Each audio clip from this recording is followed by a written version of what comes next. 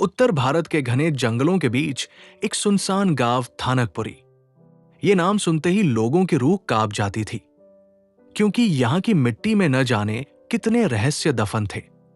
गांव के बाहर एक पुराना टूटा फूटा मंदिर था, जिसके बारे में कहा जाता था कि वहां काली मां की एक प्रेतात्मा निवास करती है। ये एक ऐसी शक्ति थी जो अपने भक्तों की पुकार सुनकर नहीं, बल्कि खुद की प्यास बुझाने के लिए जागती थी। कहानी की शुरुआत होती है आर्या नाम की एक युवती से, जो अपने बचपन के बुरे सपनों से भागकर शहर में रहने लगी थी। लेकिन उसकी मां की अचानक मृत्यु के बाद उसे नरकपुरी लौटना पड़ा, मां का अंतिम संस्कार करने के लिए। गांव पहुंचते ही आर्या को लगा जैसे समय यहां रुक गया हो। हवा में सनसनाहट, पेड़ों की टहनियों से टपकता खून जैसा लाल रस और रात को सुनाई देने वाली बच्चों के रोने की आवाजें।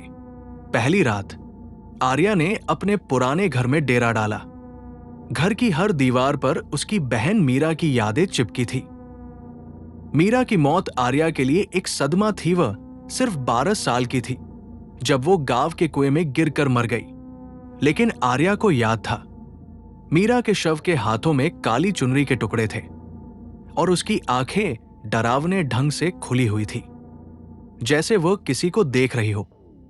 रात के 2 बजे आर्या को अपने कमरे के बाहर खुरचने की आवाज सुनाई दी। उसने दरवाजा खोला तो कुछ नहीं था, लेकिन जैसे ही वो बिस्तर पर लौटी, उसने महसूस किया कि कोई उसके सिरहाने खड़ा है। सांसें तेज हो गई। आंखें बंद करके उसने खुद को समझाया, बस दिमाग का खेल है।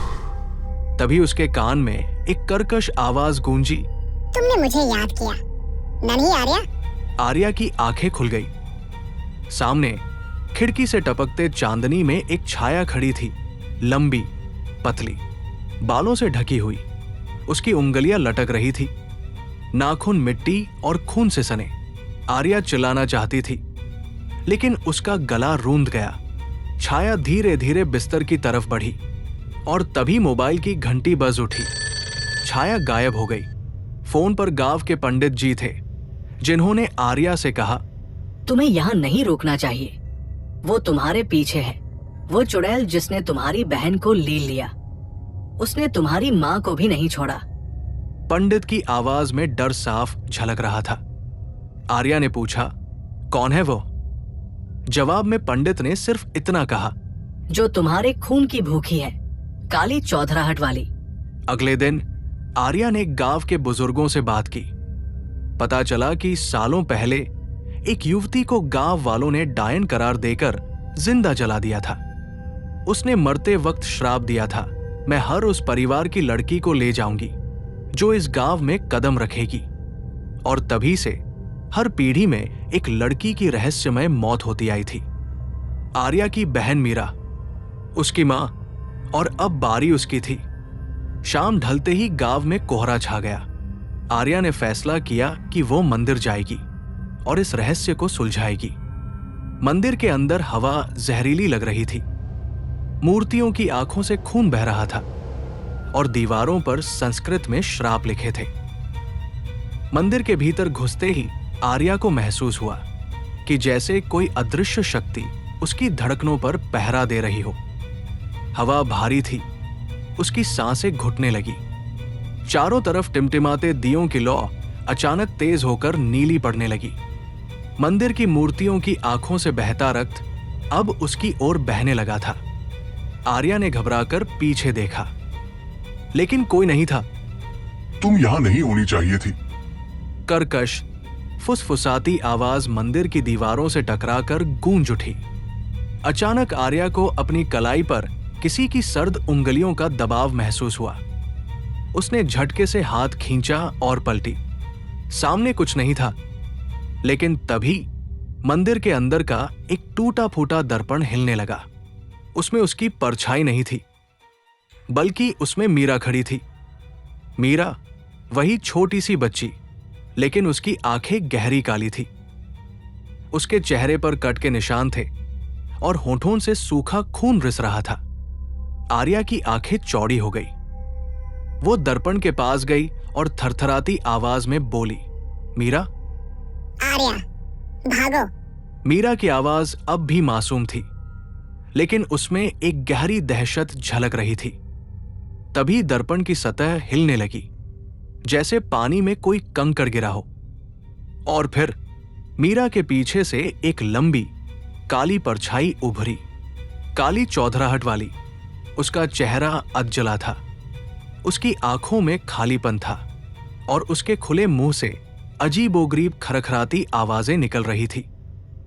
उसने मीरा के सिर पर अपनी लटकती नुकीली उंगलियां रखीं और धीरे धीरे उसका चेहरा अपनी ओर घुमाया। मीरा अब एक पुतली की तरह जड़ हो चुकी थी। अब तेरी बारी है। आर्या चीखना चाहती थी, लेकिन उसके गले से आवाज नहीं निकली। तभी मंदिर की घंटियां जोर जोर से बजने लगी, हवा में राख उड़ने लगी और दर्पण की सतह से दरारें फैलकर जमीन तक पहुंच गई। आर्या ने पीछे हटने की कोशिश की, लेकिन कोई अनजान शक्ति उसे उसी जगह जकड़ रही थी। तभी दरवाजे पर पंडित जी खड़े दिखे। उनके हाथ में एक लोहे का त्रिशूल था, जिस पर राख और सिंदूर लगे हुए थे। उन्होंने जमीन पर एक यंत्र खींचा और जोर से मंत्र पढ़ने लगे। कालिकाय नमः, महाकालाय नमः। काली चौधराहट वाली अब दर्द से चिल्लाने लगी। उसकी परछाई दीवारों पर टकराने लगी और मंदिर की दीवारों से लाल धुआं निकलने लगा। तू भाग नहीं सकती, ये श्राप तेरा ही है। उसकी आवाज में एक अजीब गूंज थी, जैसे वो चारों दिशाओं से आ रही हो। लेकिन जैसे ही पंडित जी ने त्रिशूल जमीन पर पटका, एक जोरदार झटके से मंदिर हिल उठा। दर्पण चटक कर हजारों टुकड़ों में बिखर गया। आर्या को एक झटका लगा और वो होश खो बैठी। जब आर्या की आंखें खुली तो वो मंदिर के फर्श पर पड़ी थी। बाहर अंधेरा हो चुका था। पंडित जी पास ही बैठे थे। उनके माथे पर पसीना था। तुम ठीक हो बिटिया? उन्होंने पूछा। आर्या को समझ नहीं आ रहा था कि ये सब क्या था। वो कांपती हुई बोली, वो काली चौधराहट वाली, वो कौन थी? पंडित जी की आंखों में अजीब सा दर्द उभरा। उन्होंने धीमे स्वर में कहा, वो कोई साधारण आत्मा नहीं थी आर्या, वह तुम ही थी। आर्या का दिल धड़क उठा। मैं? पंडित जी ने लंबी सांस ली और कहा, सदियों पहले इस गांव में एक लड़की थी काली। वो एक शक्तिशाली तांत्रिक की बेटी थी, लेकिन गांव वालों ने उसे डायन समझकर जला दिया। जलते समय उसने श्राप दिया कि वो हर उस लड़की की आत्मा में लौटेगी जो इस गांव से जुड़ी होगी। आर्या को अचानक मीरा की आंखें याद आई, उसकी मां की रहस्यमयी मौत, और अब ये मंदिर। मतलब, उसने धीरे से कहा, वो मुझ में फिर से लौटना चाहती थी। पंडित जी ने सिर हिलाया।